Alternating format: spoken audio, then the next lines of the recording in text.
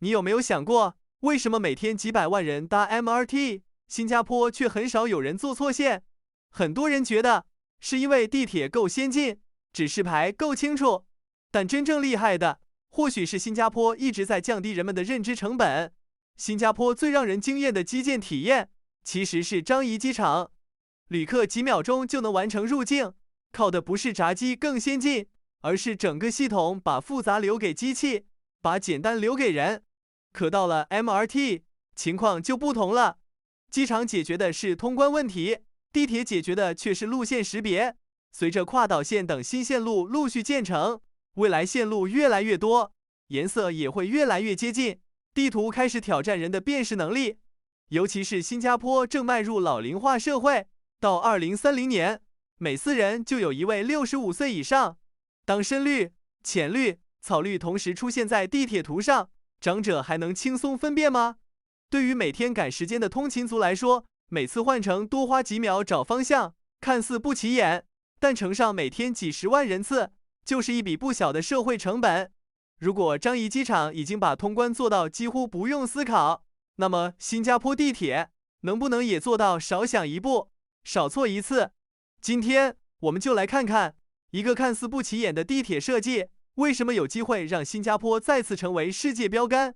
我的判断是，新加坡下一步不该继续发明新颜色，而是把颜色数字化，建立一套人脑一看就懂的极简代码，线色同号，颜色直接服务编号和方向。这里我给一个可落地的框架，叫红旗绿偶。南北大方向用红色系对应奇数，东西大方向用绿色系对应偶数，环线保留黄色对应0。为什么这么分？南北走向平行经线，带有一种到头边界感，配红色自然；东西走向平行纬线，代表连续通行，配绿色也顺。黄色在站内最显眼，最适合环线。这样一来，乘客脑子里不再是越来越花的图，而是一套规则。看到红想南北，看到绿想东西，加上奇偶数，整个网络从记忆负担变成条件反射，放到现有 MRT 里很好落地。1号线红色就是现在的南北线，这个几乎不用解释，本来就高度吻合。3号线紫色给东北线，虽然它不是一条纯垂直线，但整体承担的是偏南北向的骨干功能，放进级数系统是说得通的。5号线我会给汤申东海岸线，而且我不建议它继续用现在这种棕色识别，原因很现实，地下站内光线、广告灯箱、玻璃反光、远距离视角都会让棕色的辨识度下降，它很容易跟黑、深紫、深灰混在一起。把它升级成金色，识别会更强，而且很符合新加坡的城市气质。你可以说这是视觉优化，也可以说这是城市品牌的一次顺手加分。再看偶数系统，2号线绿色就是东西线，4号线蓝色给市区线，它横跨东西向核心区，放进偶数逻辑很顺。0号线黄色就是环线，这样处理之后，规则会比现在清楚得多。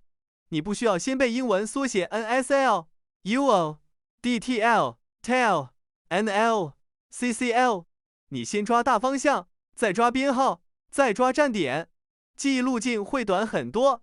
更关键的是，这套方法对本地人、游客、长者、外籍劳工都友好，因为它先调用的是颜色和数字，不是语言。新加坡最强的一点，从来不是把系统做得很炫，而是把复杂系统做成人人都能用。机场已经证明过一次，地铁如果也往这个方向走，整个城市的认知成本会再降一层。不过问题是，为什么这么多世界级城市，明明地铁线更多，经验更多，最后还是掉进色彩混乱这个坑里？这个反而更值得看，因为大多数城市扩线解决的是工程问题，不是认知问题。颜色一条一条补，到了10几条线，系统就开始失控。颜色越来越多，真正有效的差异却没同步增加。这个问题不是抽象的。前2年有人在网上吐槽合肥地铁6号线的丁香紫，普通乘客根本分不清它跟粉色、浅紫差在哪。一旦颜色进入微调区间，识别效率就下来了。北京、上海这种20多条线的城市，再去发明深蓝、浅蓝、孔雀蓝，本质上是在逼乘客做色彩测试。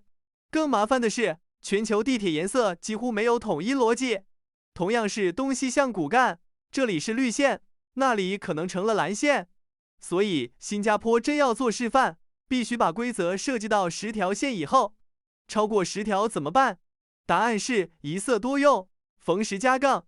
比如11号线，就在1号红线基础上加一道竖线，21号线加横线。你不需要再给11号找什么9红，按红，它还是红，只是多一个符号层。乘客先认出红系，再读出10位数扩展。环线也一样，未来有2条环线，顺逆时针别全靠文字，直接在黄色标识上加加号和减号，顺时针加，逆时针减。这套逻辑朴素，可扩展且跨语言，不需要每多一条线就重新训练乘客，只需记住基础颜色和符号规则，系统自己长大。说到这里，这已经不只是导师的小修小补了，他碰到一个更大的问题：为什么这种事由新加坡来做，意义完全不一样？因为这件事特别像新加坡，很多人看新加坡基建，第一反应是硬件强，效率高，维护好。这个判断没错，但还不够。新加坡真正厉害的地方，经常不是把一个东西先造出来，而是把一套可复制的治理逻辑先做出来。祖屋就是最典型的例子。外面很多人只看到它解决住房，但研究新加坡的人都知道 ，HDB 从来不只是盖房子，它背后还有族群混居、社区配置、财政安排、长期资产管理，这些东西才是它被全球城市研究反复讨论的原因。Newater 也一样，它不是单纯一项水处理技术，而是把资源焦虑变成制度能力。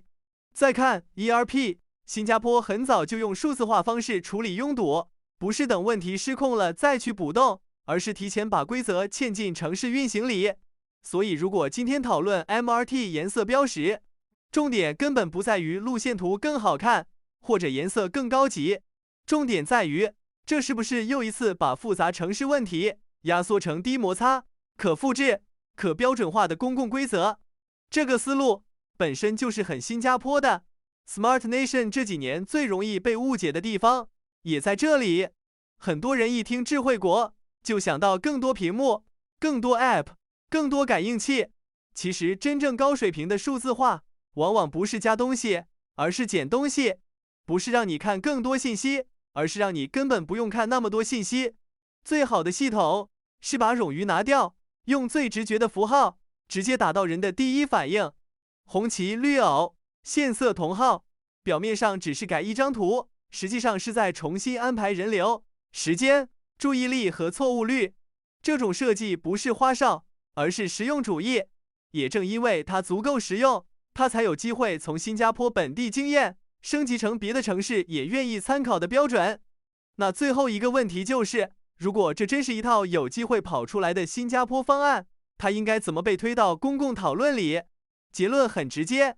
地铁颜色标识数字化是新加坡迟早要面对的认知工程，它解决的不是新线怎么上色，而是2030、2040以后，城市如何在网络更大、人口更老、节奏更快的情况下，继续维持习惯的顺滑感。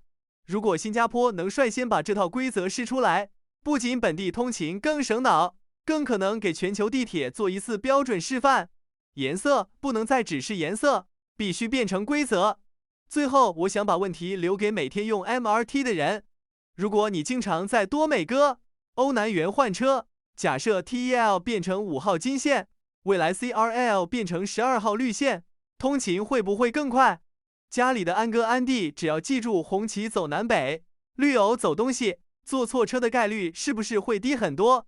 如果你觉得这套方案有讨论价值，把你的版本写在评论区，或转给每天坐地铁的人。